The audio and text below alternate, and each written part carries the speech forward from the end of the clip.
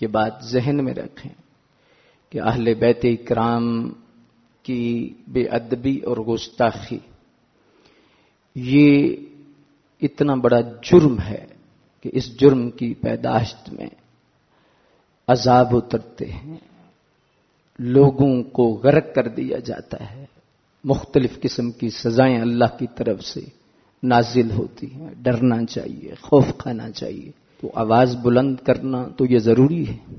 عبداللہ ابن مسعود رضی اللہ تعالی عنہ فرماتے ہیں حضور نے جب بنی اسرائیل کا حال بیان کیا، ان کے عذاب بیان کیے، تو جب ان کے عذاب بیان کیے تو ان میں ایک عذاب کا ذکر کیا کہ فرشتوں کو فرمایا کہ فلاں بستی کو جا کے الٹ دیا جائے۔ اللہ کا فرشتہ جب جاتا ہے، دیکھا کچھ مصلی والے لوگ، کچھ تسبیح والے لوگ، اللہ اللہ کرنے والے لوگ موجود ہیں۔ فرشتہ واپس آ کے عرض کرتا ہے یا اللہ جس بستی کا حکم ہوا ہے وہاں پر کچھ لوگ بہت صوفی لوگ ہیں، درویش لوگ ہیں اور بڑے نیک لوگ ہیں، فرمایا اب جاؤ اور پہلے ان کو الٹا کرو پھر بستی کو الٹو۔ یا اللہ حکمتیں تیری تو ہی جانتا ہے، لیکن کیا وجہ ہے؟ فرمایا کہ ظلم کے خلاف چپ رہنے والا بھی ظالم ہوتا ہے، وہ گنگا شیطان ہوتا ہے۔ اس ڈر کی وجہ سے ہم آزان دیتے رہتے ہیں، ہم چپ نہیں رہ سکتے، ایمان کا تقاضا ہے۔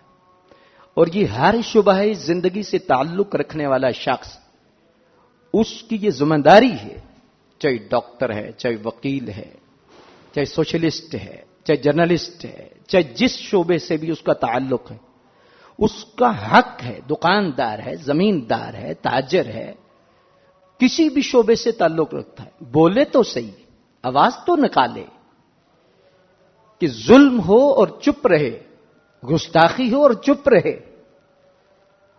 اہل بیت رسول صحابہ کی اور دیگر ہستیوں کی جب گستاخیاں ہوں تو کہے یہ چلو چھوڑو، یہ تو مولویوں کا کام ہے۔ اور بعض بدبخت تو ایسے ہوتے ہیں کہ جب احتجاجاً بولا جاتا ہے تو کہتے ہیں کہ ان کو تو فرقہ پرستی سے ہی منہ نہیں بند ہوتا، یہ تو لڑائیاں ہی ڈالتے ہیں۔ کچھ ایسے بھی لوگ ہوتے ہیں، گدی نشین، پیران عزام، دیگر فقراء کے رستے پہ چلنے والے لوگ اور یہ لبادہ اوڑھنے والے لوگ، ان کو دھیان رکھنا چاہیے کہ اللہ کی جو بے آواز لاٹھی ہے وہ ان پر پہلے برستی ہے جو چپ رہتے ہیں، جو ظلم کے خلاف آواز نہیں اٹھاتے۔ اللہ نے اگر پوچھ لیا کہ میرے نبی کی اولاد کی گستاخی ہوئی تو تم چپ کیوں رہے؟ بولے کیوں نہیں؟ تم نکلے کیوں نہیں؟ مجھے تسبیح اتنی پسند نہیں جتنی غیرت پسند ہے۔ اللہ تبارک و تعالی جل مجدہ الکریم کی ذات کہیں یہ نہ فرما دے کہ جب میرے محبوب کے یاروں کے بارے میں گستاخیاں ہو رہی تھی، میرے محبوب کے خاندان پر لوگ انگلی اٹھا رہے تھے اور گالیاں بک رہے تھے، تم چپ کیوں رہے؟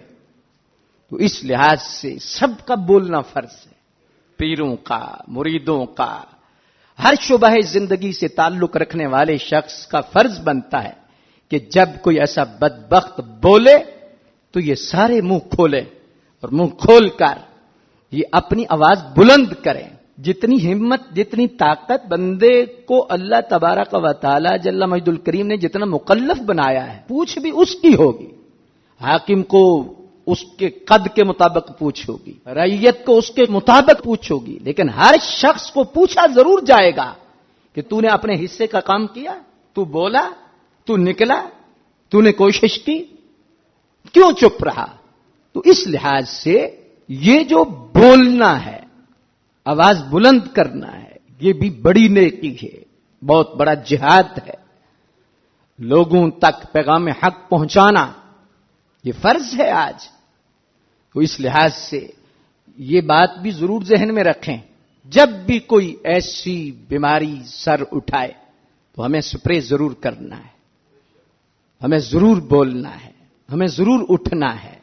اور میں پاکستان کی تمام تر جو روحانی درگاہیں ہیں ان کے گدی نشینوں سے عرض کروں گا کہ آج یہ عزتیں، یہ مقام، یہ مرتبے آل رسول کا صدقہ ہے، حضور کی نسبتوں کا صدقہ ہے۔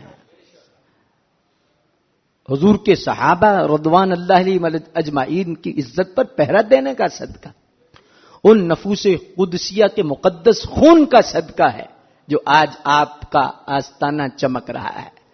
اور بڑی معذرت کے ساتھ یہ جو آستانہ ہے، اس آستانے کے بڑے کو دیکھیں کہ ان کا کردار کیا تھا۔ جو بھی آستانہ ہے، بڑی بڑی درگاہیں ہیں، ان کے پیچھے جتنے شیر گزرے ہیں، ان کی داڑیں کوئی سنے کہ جب بھی کوئی بد باطن بولتا تھا تو اس وقت یہ بڑے لوگ کتنا بڑا کردار ادا کرتے تھے۔ تو صرف نذرانہ ہی نہیں لینا، جان کا نذرانہ بھی دینا ہے، یہ ان بزرگوں نے ہمیں سکھایا ہے۔ اس لیے اٹھیے، بولیے، نکلیے، کوشش کیجیے تو ایسے فتنوں سے ہمیں اللہ تبارک و تعالی ہر وقت محفوظ فرمائے۔